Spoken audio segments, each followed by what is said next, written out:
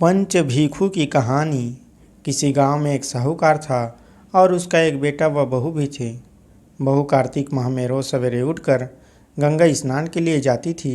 सुबह जल्दी जाते समय वह किसी भी पराये पुरुष का मुंह नहीं देखती थी। एक राजा का बेटा भी सुबह सवेरे गंगा स्नान के लिए जाता था। वह हैरान होता है कि मैं इतनी जल्दी उठता हूँ स्नान के लिए, लेकिन कोई है जो मुझसे भी जल्दी उठकर नहा लेता है। कार्तिक माह के 5 दिन बचे थे कि एक दिन साहूकार की बहू तो स्नान करके घर वापस जा रही थी और उसी समय राजा का बेटा स्नान के लिए आ रहा था। आवाज़ सुनकर वह जल्दी जल्दी जाने लगी, लेकिन जल्दबाजी में उसकी माला मोजड़ी छूट गई। राजा के बेटे ने उसकी माला मोजड़ी उठा ली और सोचने लगा कि जिस स्त्री की यह माला मोजड़ी इतनी सुंदर है, वह स्त्री कितनी सुंदर होगी।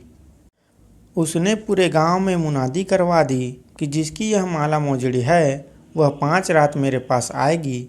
साहूकार के बेटे की बहू ने कहलवा दिया कि मैं 5 रात आऊँगी, लेकिन किसी को साख भरने बैठा देना।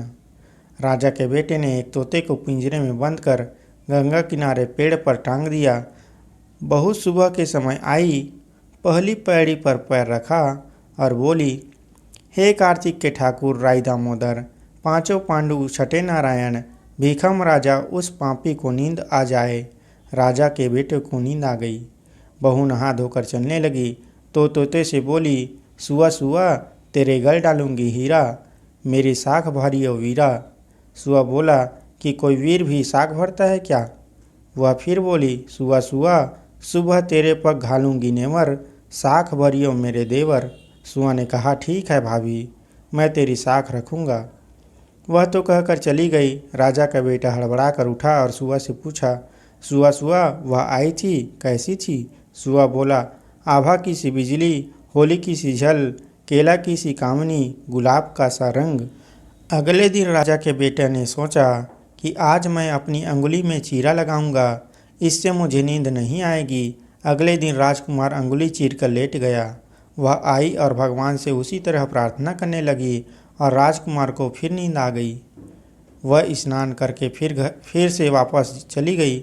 सुबह राजकुमार ने तोते से फिर पूछा तो उसने वही सारी बातें दोहरा दी।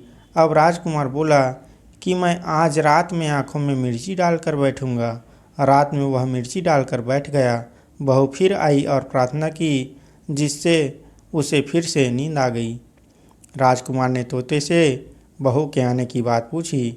उसने फिर बता दी। राजकुमार अब फिर सोचने लगा कि आज मैं बिना बिस्तरे के ही बैठूंगा, और रात को बिना बिस्तरे के बैठ गया। जब वह स्नान करने आई तो उसने फिर से भगवान से प्रार्थना की और राजकुमार को नींद आ गई।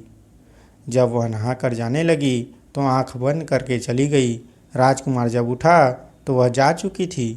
राजकुमार फिर से सोच में पड़ गया और सोचने लगा कि आज मैं अंगीठी जलाकर बैठूंगा, जिससे नींद नहीं आएगी। फिर वह रात को अंगीठी रख कर बैठ गया। साहूकार की बहू आई और वह भगवान से प्रार्थना करने लगी कि आपने 4 रातें तो निकाल ली, अब यह रात और निकाल दो। भगवान ने उसकी बात रख ली और राजकुमार को नींद आ गई। जब वह नहा कर जाने लगी तो तोते से बोली कि इस पापी को कह देना कि 5 रातें पूरी हो चुकी है, वह मेरे मोतियों की माला मेरे घर भिजवा दे। सुबह राजकुमार की आँख खुली तो उसने तोते से पूछा कि क्या वह आई थी? तो तोते ने कहा कि हाँ, वह आई थी और उसने अपनी माला मंगवाई है। यह सुन राजकुमार सोचने लगा कि वह तो सच्ची थी, तभी तो भगवान ने भी उसका सत्य रखा। कुछ समय के बाद राजकुमार को कोढ़ हो गया। राजा ने ब्राह्मण को बुलाकर पूछा कि मेरे बेटे का शरीर क्यों जल रहा है। ब्राह्मण ने विस्तार से सारी बात राजा को बताई कि इसने क्या किया था। ब्राह्मण ने कहा कि इसने पतिव्रता स्त्री पर बुरी नज़र डाली, इसीलिए यह इस रोग से पीड़ित हुआ है। राजा ने इसके ठीक होने का उपाय पूछा तो ब्राह्मण ने कहा कि यह उस साहूकार की बहू को धर्म की बहन बनाए और रोज़ उसके नहाए हुए जल से यह स्नान करे, तब यह ठीक हो सकता है। राजा साहूकार की बहू की माला लेकर साहूकार के घर गया और बोला कि यह माला आपकी पुत्र वधू की है, इसे ले लें और आपकी बहू के नहाए हुए जल से मेरे बेटों को नहला दें।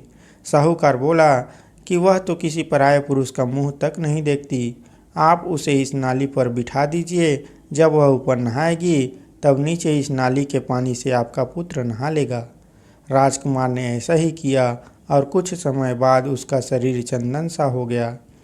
हे पंच भिक्षु देवता, जैसे आपने साहूकार के पुत्र वधू की सत रखा, वैसे ही सभी का रखना।